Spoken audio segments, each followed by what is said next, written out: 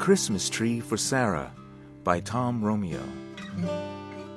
On the Christmas Eve my eldest daughter was 4, she donned a white-trimmed red cap with a fuzzy ball at the peak and declared herself Sara Claus. With her best ho, ho, ho echoing through the house, we shoehorned her into a snowsuit. Then, as her mother and new baby sister held down the fort, she and I mounted our trusty old beat-up Toyota wagon and set out on a quest for the perfect Christmas tree. Money was tight that year. The recession had hit everyone hard.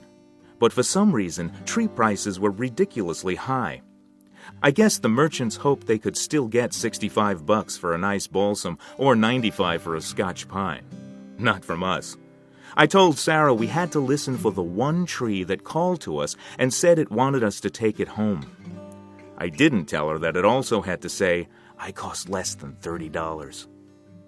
We stopped at the lot across from Walbaum's supermarket, where the trees appeared to be growing from the asphalt of a recently deserted gas station. Sara, Daddy, I think this one called me. A 10-foot Currier and Ives Scotch pine with a perfect shape. $95. Me, it's beautiful. Let me listen. Oh, I'm sorry, Bunny. It was calling Tara, not Sara. Keep looking. We stopped at Frank's nursery near the Honda dealer on Jericho Turnpike. Here we had to sweat our way through the oppressive humidity of a hothouse in order to get to the display of winter evergreens. Me, come here, sweetie. What about this one? I heard it from all the way across the lot. I'm sure it's saying it wants to go home with us. A 4-foot Charlie Brown balsam with a face-the-wall side we could hide with tinsel. $25. Sara, I don't hear anything.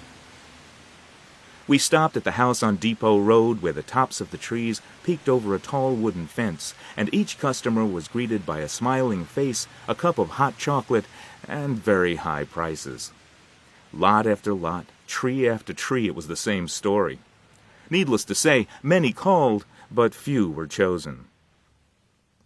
4 hours later, chilled to the bone, tired, hungry, and defeated, we headed for home. The disappointment was hard to take, but the whining was almost unbearable. Well, I couldn't help it.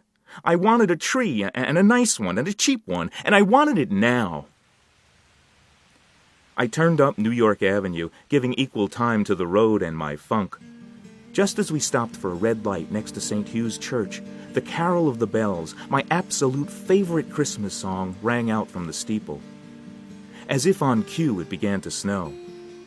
When I reached for the windshield wiper control, I heard a loud, distinctive psst.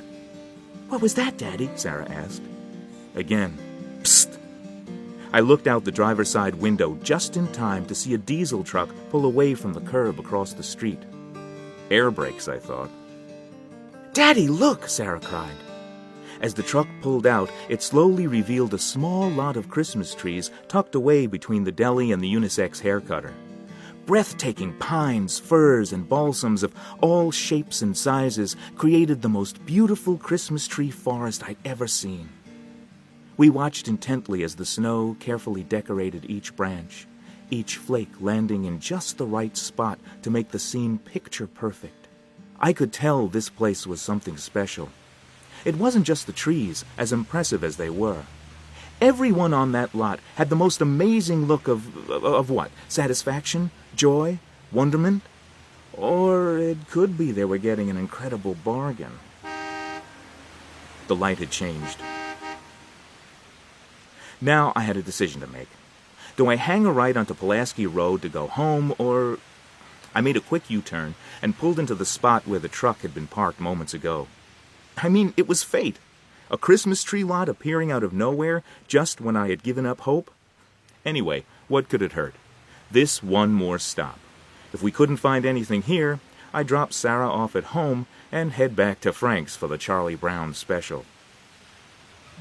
Filled with optimism, I scooped Sara out of the car seat, lifted her onto my shoulders, and hurriedly maneuvered through the deepening snow and the busy crowd. The trees were even more magnificent up close, making the cold blast of reality which followed even harder to take. $55, $75, $90. Each tree was more expensive than the last. So much for fate. I slowly let Sara down off my shoulders and placed her gently in the ankle-deep snow. She must have sensed what was going on by the disappointment on my face, because she gave me a look that would have broken my heart, if it hadn't already been broken. I wasn't sure why, but I really bought into the specialness of this place. I was so sure we'd find the perfect tree here, and I wanted to be counted among those who had that look I'd seen from across the street. Oh well, on to plan B. We headed back to the car in silence, while happier and apparently more affluent tree seekers bustled by, absorbed in conversation. "Daddy, did you hear that?" Sara asked excitedly. "Hear what?" I replied. But I had heard it. "That tree called to you," she answered, pulling me toward a section of trees bordered by a stockade fence in the back of the lot. She held my hand tightly and led me straight toward the prettiest little tree I'd ever laid eyes on. Now, the emphasis here is on little. This was no Great Hall showpiece, but it was the most beautifully shaped and wonderfully aromatic 4 feet of Scotch pine I'd ever seen. It was love at first sight. We stood there for a while, admiring it, breathing it in. It was absolutely perfect. So far, anyway. I walked slowly, apprehensively towards the tree, my eyes fixed on the white price tag fastened to the topmost branch. As I reached for it, the wind changed direction, and the tag blew away from me, straining against the string which attached it to the tree. I made a grab for it, and after several tries, caught it between 2 fingers. Here goes, I thought. $35. $35. Oh boy. Now, that extra $5 may not seem like a lot of money. After all, I had $30 to spend, and for just a few dollars more. The problem was, the $30 was already just a few dollars more. When I said money was tight, I wasn't kidding. My wife and I discussed what we had and what we were willing to spend, and $30 was about $15 more than either of those. But it was Christmas, and I get unreasonable around Christmas. I figured $30 was a nice round sum that would get us a nice round tree. So I stood my ground. Eventually I got my way, but I had to swear I wouldn't spend any more than that. Now what was I going to do? Sara was mesmerized. She inspected every inch of that tree. She caressed every needle and branch within her reach. She inhaled its sweet pine perfume. She leaned her head against it as if to hear what it had to say. Then she gave me a joyfully determined look and declared, "This one, this is our tree." I looked at her and nearly cried. How was I going to tell her we just couldn't afford it? I knelt down to give her a comforting hug, to prepare her for the bad news. But before I could say anything, I was interrupted by an insistent tapping on my shoulder. When I turned around to see who it was, I found myself staring nose to nose into the coal-black eyes of a man not much taller than Sara. I was so startled, I bolted to my feet and stumbled back a few steps, steadying myself just in time to avoid trashing a display of wreaths laid out on a nearby table. I made a valiant effort to regain my composure along with my balance, but lost it completely when I finally got a good look at the man who stood before me. He couldn't have been more than 3 feet tall. He was dressed in green, half-buckled galoshes, thick brown woolen pants, and a red and white plaid hunting jacket with an oversized matching hat.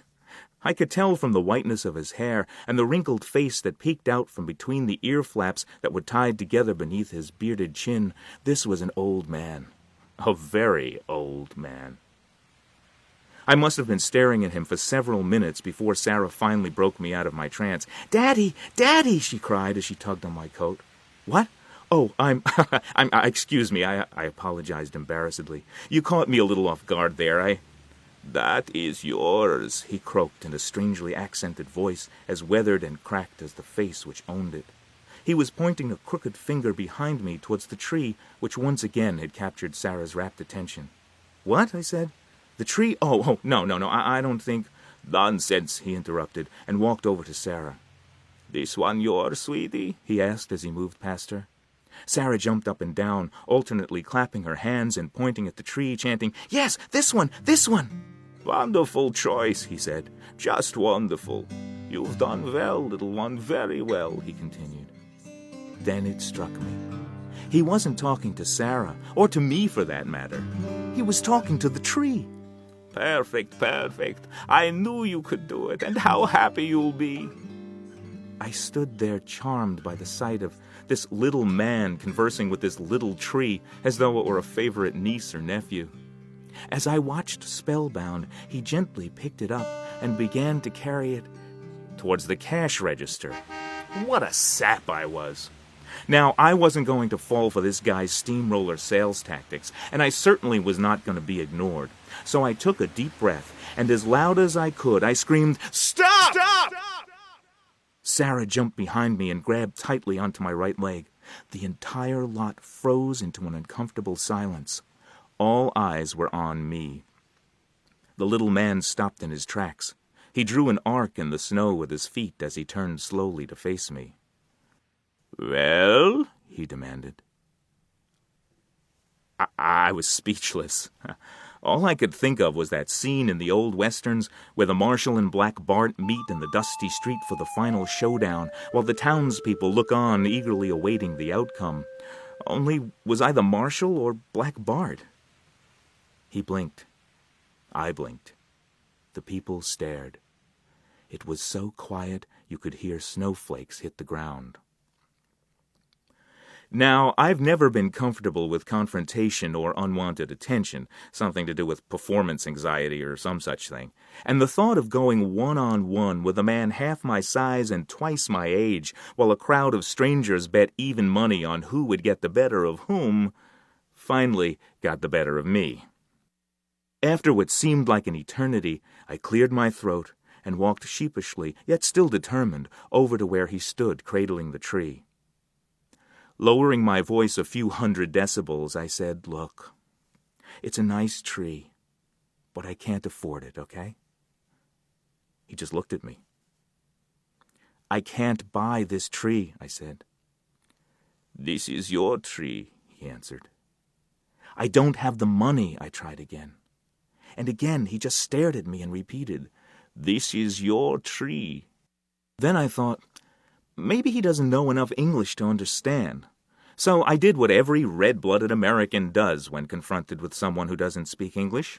I said very slowly, "I don't have the money to buy this tree."